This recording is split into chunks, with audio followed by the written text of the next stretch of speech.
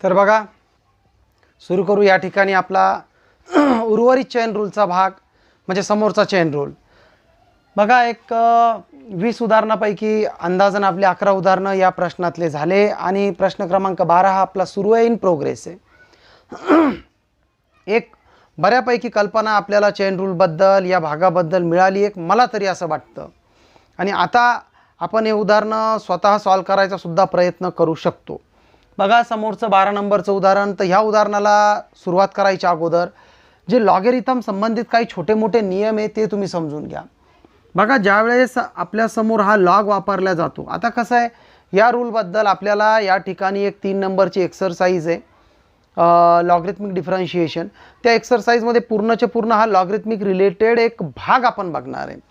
पण आता एक समोरचं उदाहरण, त्याच्यासाठी आवश्यक हा रूल आहे, म्हणून एक टेम्पररी सांगतो, इतकं लक्षात असू द्या. तर समजा लॉग mn असे दोन व्हॅल्यूज, यम आणि एन वापरलं म्हणजे ते व्हॅल्यूज काही असू शकते, लॉगरिथमिक असू शकते, इन्व्हर्स फंक्शन असू शकते, कॉन्स्टंट असू शकतो, कोणत्याही दोन किमती गुणाकार स्वरूपात आहे असं समजा. तर ह्याच व्हॅल्यूला आपण असं लिहू शकतो, log m plus log n असं. जर या ठिकाणी या तीन व्हॅल्यूज असतील, log m into n into p, तर हे असं होणार, log m plus log n plus log p. म्हणजे इथं आपण कोणत्याही 3, 4, 5 किमती प्रोडक्ट स्वरूपात घ्या, तर आपण त्याला असं लिहू शकतो. वाटल्यास तुम्ही हे लिहून घेऊ शकता, कारण या उदाहरणासाठी आपल्याला याची आवश्यकता लागणार.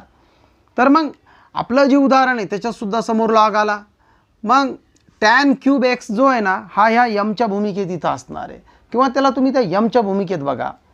नंतर जसं हे log m into n into पीचं log m plus log n plus log p झालं ना, तसं हे इथं n आणि हे जर तुम्ही p कन्सिडर करत असले, एक मनातल्या मनात असं समजा की बाबा ह्या m n pच्या जागी आपलं tan cube x sine raise to 4x आणि x square plus 7 raise to 7 ह्या किमती आपल्यासमोर आल्या.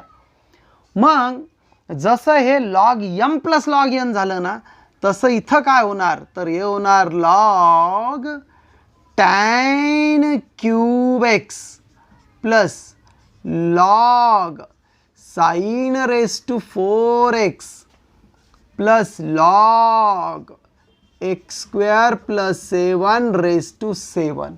हे असं होणार या ठिकाणी.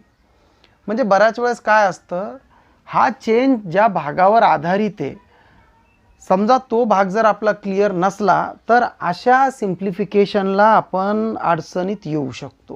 म्हणजे तुम्हाला अगोदर हे रूल माहीत पाहिजे, अरे हा या सिम्प्लिफिकेशनच्या या रूलच्या आधारे आपण ती मांडणी अशी लिहिली.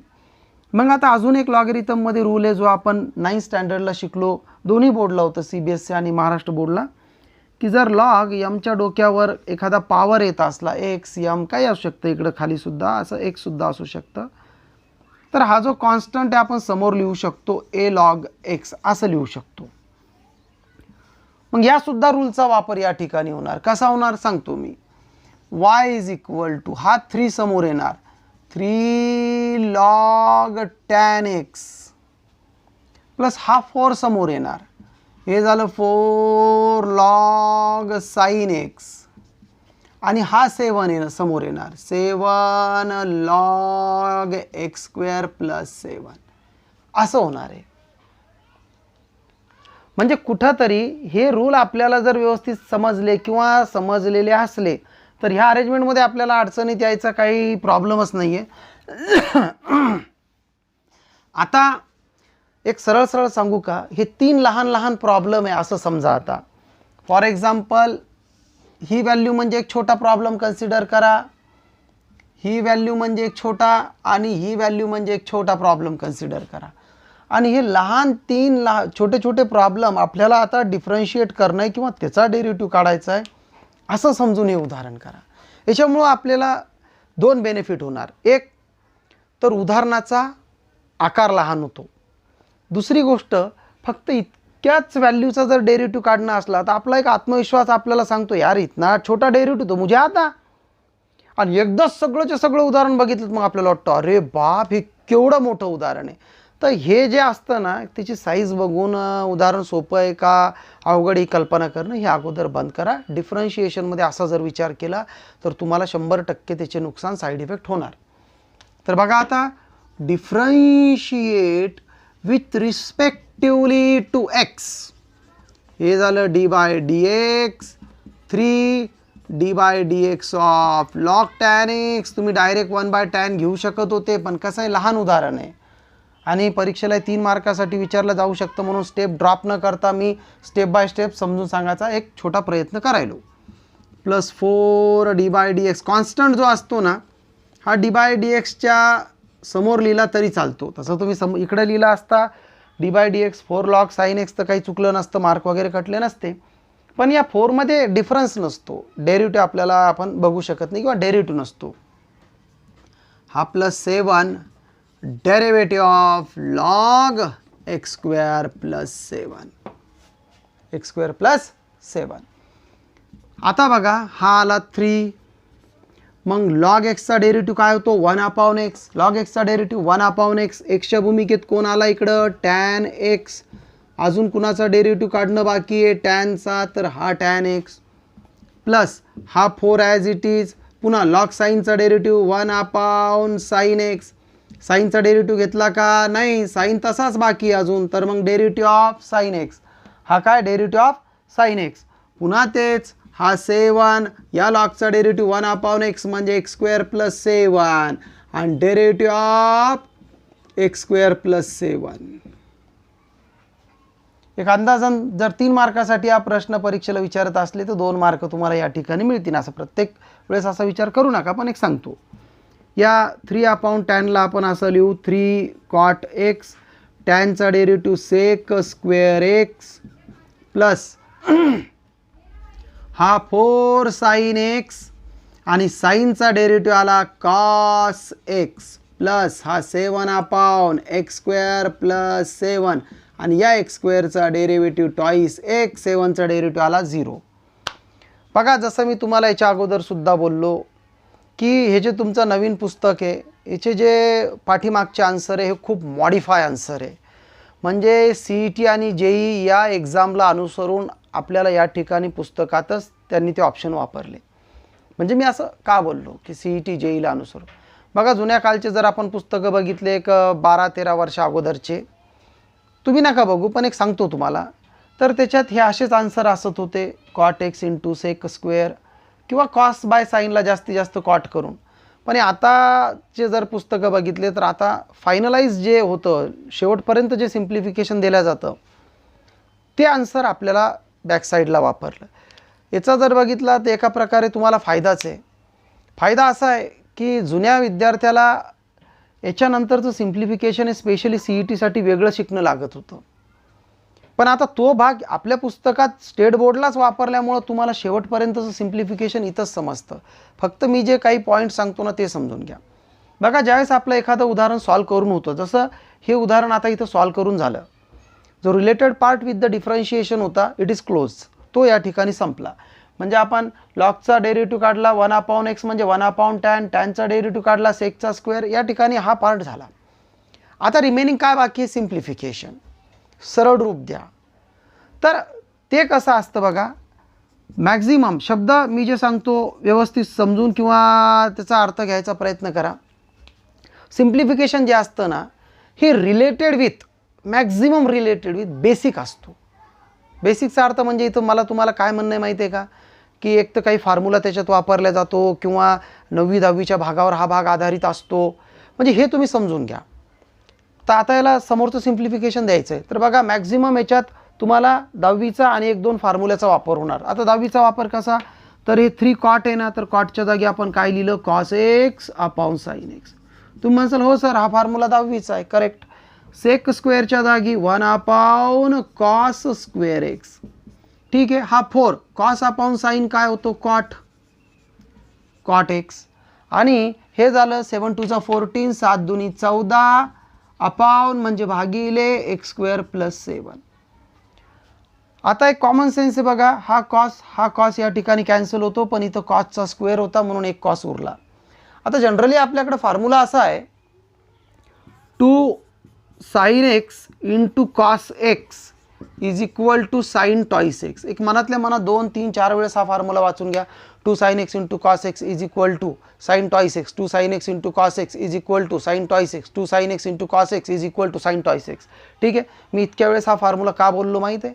कारण जसं मी याच्या अगोदर सुद्धा बोललो, या फॉर्म्युल्यावर इतके जास्त उदाहरणं तुम्हाला आहे की प्रत्येक 2-3 उदाहरणानंतर या फॉर्म्युल्याचा वापर आपल्याला होणार. हेच नाही तर या एक्सरसाइज नंतर पूर्ण टॉपिकमध्ये. ठीक आहे. तर मग इथं जर आपण विचार केला तर sine x into cos x आला. आता हे कसं आहे माहिती आहे का, मी सर्व विद्यार्थ्यांना सांगतो, हा पार्ट विनाकारण लांबवला असं तुम्हाला वाटू शकतं, पण it is very useful for CET. पण CETसाठी तुम्हाला हे लागणार आहे. नाहीतर मी तुम्हाला सरळ बोललो असतो की आपल्याला स्टेट बोर्डमध्ये एवढं जरी लिहिलं तरी पूर्ण मार्क मिळतील. अरे बाबा, स्टेट बोर्डला मार्क मिळतील, पण फक्त समोरचंच बघू नका ना. CETसाठी कशाला काहीतरी आपल्याला नवीन शिकणं असं डोक्यात घेऊन चालतं. म्हणजे मला म्हणणं काय, तुमच्या स्टेट बोर्डचा फायदा तुम्हाला CETला होणार, पण तुम्ही स्टेट बोर्डलाच त्या पद्धतीनं क्लिअर करणं शिका. म्हणजे काय नेमकं मला काय म्हणणं होतं बघा, 3/sin इंटू कॉस आपलं आन्सर आलं. तो विचार करा बरं, जर इथं 2 असता तर हा फॉर्म्युला आपण वापरला असता 2 sin x into cos x. पण 2 त्या ठिकाणी आपल्याला दिसतो का? नाही आहे. नाहीच आहे तर कसा दिसणार? मग आपण 2 मनाने घेतला, तर हा 2 घेतल्यामुळे आपण उदाहरणार्थ आपल्या मनाने जो चेंज करतो ना, हा चालत नसतो. तर आपण इकडं मल्टिप्लायमध्ये 2 देऊन टाकला, म्हणजे डिवाइड बाय 2 आणि वर जर 2 वापरलं तर 2 कॅन्सल होणार. म्हणजे आपण काय म्हणतो की बा आम्ही व्हॅल्यू बदलली नाही, फक्त एक सूत्राचा वापर करायसाठी आम्ही इकडे 2 वापरला. या 2मुळं तुम्हाला नेमकं काय होणार तर 6/sin टॉईस एक्स हे सूत्र मिळणार. आलं तुमच्या लक्षात? म्हणजे हे जे चेंजेस आहे, हे चेंजेस या नवीन सिलेबसची स्पेशालिटी किंवा आपल्याला त्याचं असं म्हणता येणार की बाबा एक खासियत आहे नाही सिलेबस की. आणि आता 1/sin झाला कोसेक, तर 6 cosec twice x plus 4 cot x plus 14/, हे ॲज इट इज. तर अशा पद्धतीनं तुम्ही शेवटपर्यंत आन्सर काढणं शिका. बघा, बरंच या उदाहरणात काही विद्यार्थ्याला अडचणी येऊ शकतात, कारण खरं वास्तविक जर बघितलं ना, या ठिकाणी हा प्रॉब्लेम संपला होता. डिफरन्शिएशन रिलेटेड पार्ट तिथं क्लोज झाला होता. हे सिम्प्लिफिकेशन आहे, कॉटच्या जागी कॉस बाय साईन, सेकच्या स्क्वेअरच्या जागी 1/cos स्क्वेअर, त्याच्यानंतर एक कॉस कॅन्सल झाला, इथं साईन इंटू कॉस आला. 2 आला असता तर आपण हे सूत्र वापरलं असतं, म्हणून तिकडे आपण मनाने 2 घेतला, इंटू 2 देऊन टाकला, मग त्या सूत्राचा वापर झाला.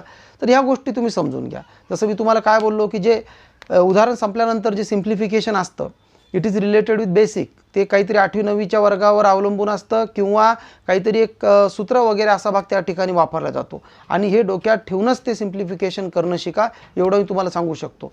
तर आता हा व्हिडिओ पॉज करून व्यवस्थित लिहून घ्या. तर बघा, या ठिकाणी मी 2 उदाहरणं सोबत लिहिले बोर्डवर, प्रश्न क्रमांक 13 आणि 14. तर मग त्याचं काय कारण आहे अगोदर समजून घ्या. बघा, एक सूत्र आपण या ठिकाणी वापरणार आहे. जसं मी तुम्हाला काय बोललो मागच्या उदाहरणात की 2 sin theta into cos theta is equal to sine 2 theta. हा फॉर्म्युला आपल्याला प्रत्येक 1-2 उदाहरणानंतर आता यूज होणार. तसंच हा एक फॉर्म्युला आहे 1 - cos 2 थीटा. जर इकडं मायनस आला ना, तर याचा काय बनतो 2 sin स्क्वेअर थीटा. आणि हा जो 2 थीटाचा अँगल असतो का, कॉसचा अँगल असतो का, तो अर्धा होतो. तो काय होतो बोललो मी, अर्धा होतो. म्हणजे जर हे असं आलं 1 + cos 2 थीटा, तर प्लस जर आला ना, प्लस जर आला तर हे काय होणार 2 cos स्क्वेअर थीटा. मायनसला साईन स्क्वेअर, प्लसला कॉस स्क्वेअर, मायनसला साईन स्क्वेअर, प्लसला कॉस स्क्वेअर. जर असं आलं 1 - cos 4 थीटा, बघा 2चा जर 1 झाला तर 4चा काय होणार 2 sin स्क्वेअर 2 थीटा. जर असं आलं 1 + cos 4 थीटा, तर हे होणार 2 cos स्क्वेअर टॉईस थीटा. म्हणजे इथं जो अँगल वापरला जातो ना, त्याच्या अर्ध इथं होणार. म्हणजे जर हे आलं 1 - cos 10 थीटा, हे होणार 2 sin स्क्वेअर 5 थीटा. बघा, आता या तिन्ही एक्झाम्पलमध्ये मी राऊंड फिगर नंबर वापरले की जे हाफ होऊ शकते. म्हणजे 2चा 1 झाला, 4चे 2 झाले, 10चे 5 झाले.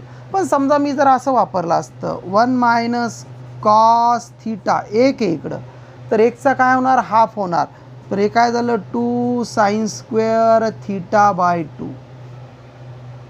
जर समजा मी असं वापरलं असतं 1 मायनस कॉस 3 थीटा, तर 3 थीटाचं काय होणार 2 sine square 3 theta by 2.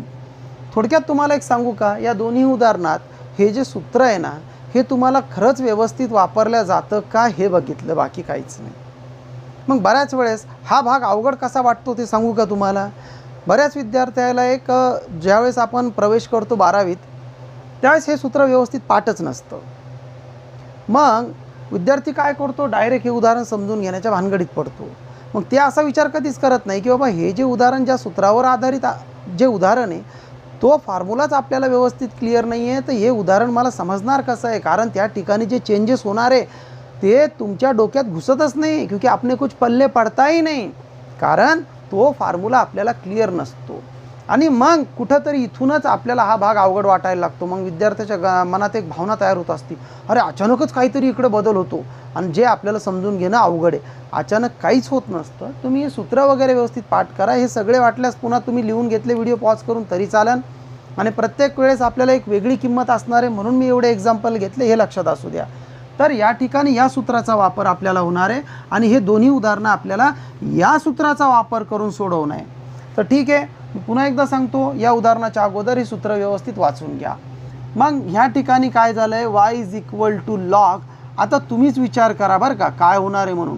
1 minus cos thrice x, 1 minus cos thrice x, तुम्ही सांगा काय होणार आहे. 1 minus cos thrice x 2 sine square thrice x by 2 आणि हे आलं 2 cos square thrice x by 2. अरे सूत्र होतं हे सूत्र होतं, म्हणजे थ्राईस एक्सच्या अर्धा आपण घेतलं.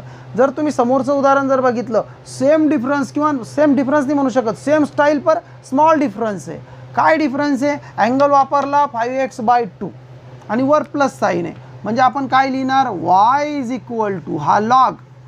आता बघा 1 मायनस कॉस थ्राईस एक्सचा थ्राईस x/2 झाला म्हणजे अर्धा, तर 5x/2 ऑलरेडीच इथं असं आहे. तर याला ज्यावेळेस आपण हाफ करू ना, डिवाइड बाय 2, तर हा 2/1 असतो. तर हे कसं होतं, 5x डिवाइड बाय 2 इंटू 2/1चं 1/2, म्हणजेच आलं आहे 5x/4. ही तुमची किंमत तुम्हाला मिळणार आहे. तर इथं असं लिहा 2 कॉस स्क्वेअर 5x/4 आणि 2 साइन स्क्वेअर 5x/4. म्हणजे तुम्हाला फक्त सूत्र व्यवस्थित समजून घ्यायचे. बाकी या उदाहरणात जो आपला चेन रूलशी संबंधित डिफरन्शिएशनचा पार्ट आहे तो बिलकुल अवघड नाही आहे, कारण हे झाल्यानंतर हा 2 या ठिकाणी कटतो. Log under root sine square upon cos square झाला टॅन स्क्वेअर थ्राईस x/2. म्हणजे वास्तविक तुमचं हे उदाहरण आहे y is equal to log tan thrice x/2. हे उदाहरण आहे तुमचं, कारण इथपर्यंत आपण कुठंच डेरिव्हेटिव्ह काढला नाही ना. ही तर y ची व्हॅल्यू आहे ना. आलं का तुमच्या लक्षात मी काय बोललो, ही y ची व्हॅल्यू आहे. आणि आता आपण differentiate with respectively to x करणार, म्हणजे हे झालं dy/dx. आता बघा अगोदर लॉगचा डेरिव्हेटिव्ह तुम्ही इथं dy/dx लिहू शकता, मी या डेरिव्हेटिव्ह डायरेक्ट घेतो. लॉगचा डेरिव्हेटिव्ह 1/tan म्हणजेच 1/x, तर इथं 1/tan थ्राईस x/2. आणि आता derivative of tan thrice x/2. ठीक आहे, तर मग 1/tanचा आपण लिहू शकतो cot 3x/2. आता पुन्हा टॅनचा डेरिव्हेटिव्ह सेक स्क्वेअर 3x/2 आणि फायनली डेरिव्हेटिव्ह ऑफ 3x/2. तर 3x/2चा डेरिव्हेटिव्ह तुम्ही डायरेक्टसुद्धा घेऊ शकत होते 3/2, पण मी स्टेप बाय स्टेप लिहिलं. आता पुन्हा तेच कॉटच्या जागी आपण काय घेऊ शकतो, cos 3x/2 divide by sine 3x/2 आणि सेकच्या जागी 1/cos² 3x/2 सेकचा स्क्वेअर आहे सॉरी, म्हणून 1/cos². आणि इकडं आला डेरिव्हेटिव्ह 3/2. आता हा कॉस कॉस कॅन्सल, हा 2 मी घेतला इकडं, तर तुमचं उदाहरण असं तयार होतं. थोडं इकडं समोर लिहितो बरं, असू द्या. 1/2 sin thrice x/2 into cos thrice x/2. हा 2 मी घेतला समोर आणि हे 3 लिहिले इकडं. पुन्हा हा फॉर्म्युला तयार होतो पहा, 2 sin θ इंटू कॉस θचा. तर या अँगलचा तो डबल बनतो, कारण फॉर्म्युला कसा आहे, 2 sin θ into cos θ is equal to sin 2θ. मग थ्राईस x/2चा डबल काय होणार, तर 3/sin बघा 2θ म्हणजेच 2 इंटू थ्राईस x/2. 2 कॅन्सल म्हणजे फक्त थ्राईस x. आणि 3/sin थ्राईस x म्हणजेच काय, 3 कोसेक थ्राईस x. हे तुमचं आन्सर आलं, 3 कोसेक थ्राईस x.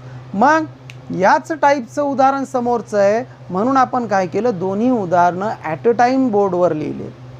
म्हणजे काहीतरी आपल्याला गडबड करणं होती, हे उदाहरण समजून घेताना अशातला भाग नव्हता. तर तुम्ही व्हिडिओ पॉज करा आणि हे उदाहरण लिहून घ्या.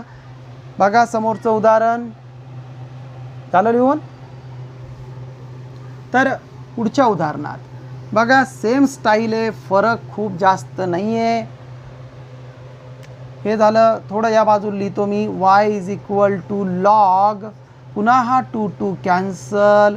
इकडं आता मागच्या उदाहरणात sin² होता म्हणून tan² झाला, इथं आला cot² 5x/4. ठीक आहे. अंडर रूट नंतर हे येणार लॉग cot 5x/4. ठीक आहे. करायला डिफरन्शिएट. बघा एक थोडंसं असं करताना काय करा, इथं थोडासा व्हिडिओ पॉज करा.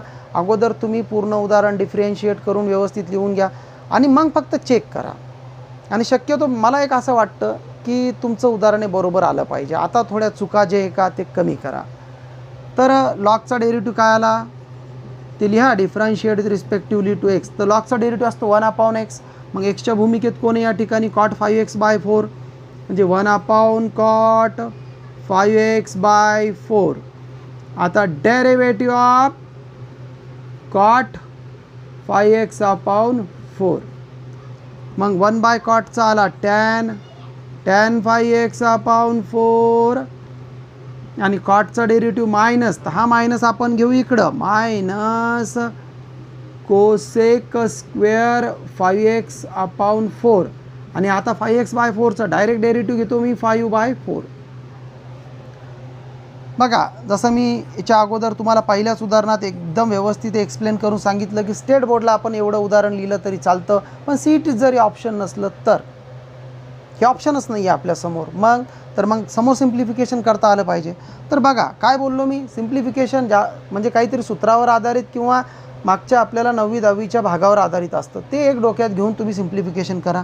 तर टॅनच्या जागी आपण काय लिहू शकतो, sin 5x/4 cos 5x/4. cos² जागी काय लिहू शकतो, 1/sin² 5x/4. आणि हा जो 5/4 आहे ना, तर या 5/4ला मी असं समोर लिहितो 5/4. मग आता तुम्हाला समजतं की बाबा इथं हा फॉर्म्युला वापरला जाऊ शकतो 2 sin x इंटू cos xचा, कारण हे cos इंटू साईन काय, साईन इंटू कॉस काय एकच असतं ना, प्रोडक्ट आहे ते, मल्टिप्लिकेशन आहे. तर बघा आता या ठिकाणी हा साईन कॅन्सल झाला, उरलं काय, dy/dx. थोडं व्यवस्थित समजून घ्या आणि व्यवस्थित बघा मी काय लिहितो, dy/dx हा -5 अपॉन हा 4 आहे ना, मी असं लिहिलं 2 into 2 sine 5x/4 into cos 5x/4. हे कशासाठी माहिती आहे का, अरे इथं साईन टॉईस एक्सचा फॉर्म्युला तयार झाला ना, साईन टॉईस एक्सचा फॉर्म्युला तयार झाला, मग वापरा तो फॉर्म्युला. लक्षात आलं मी काय बोललो, समजून घ्यायचा प्रयत्न करा. हा फॉर्म्युला ज्यावेळेस तुम्हाला दिसतो त्यावेळेस समजतं, अरे हा या 4ला आपण 2 इंटू 2 का लिहिलं, कारण आपल्याला फॉर्म्युल्यासमोर 2 लागत होता. मग आता फॉर्म्युला कसा आहे बघा, हा 2 इथं जसं तसा, या अँगलचा डबल होतो फॉर्म्युल्यात, कारण फॉर्म्युला कसा आहे 2 sine theta into cos theta, sine twice theta होतो, इज इक्वल काय होतं साइन टॉइस थीटा. तर हा साइन टॉइस थीटा म्हणजे काय होणार 5x/2, कारण 5/4चा टॉइस म्हणजे काय 5x/2. आता समोर अजून आपण थोडंसं सिम्प्लिफिकेशन ह्या भागाला देऊ शकतो, ते म्हणजे 5/4 मायनस जसे तसे लिहून घ्या आणि 1/साईनला लिहा कोसेक 5x/2. बघा चांगले प्रॉब्लेम आहे. हा शब्द मी याच्यासाठी वापरला कारण या पद्धतीचे प्रॉब्लेम अगोदर आपण जुन्या सिलेबसला CET वगैरे अशा परीक्षेतच बघत होतो. आणि आता तुमचं एक नशीब चांगलं म्हणा की तुम्हाला या प्रॉब्लेमची जी प्रॅक्टिस आहे ती स्टेट बोर्डचं असं म्हणणं आहे की तुम्ही स्टेट बोर्डला इथंच करून घ्या, म्हणजे जेणेकरून तुम्हाला समोर मोठ्या अडचणीला सामोरं जाणं लागणार नाही. तर थोडा वेळ द्या तुम्ही या ठिकाणी. आणि मी तुम्हाला 100% सांगतो की स्टेट बोर्डबरोबर तुमचं 70-80% CETसुद्धा कवर होतो. म्हणजे असा विचार कधीच करू नका की CETत मला काहीतरी एकदम वेगळं विचारलं जाणार आहे जे मी स्टेट बोर्डमध्ये शिकत नसतो, आणि हे विचार करणारे विद्यार्थी एकदम चुकीचं आहे एवढं मी सांगू शकतो. व्यवस्थित हे उदाहरण लिहून घ्या.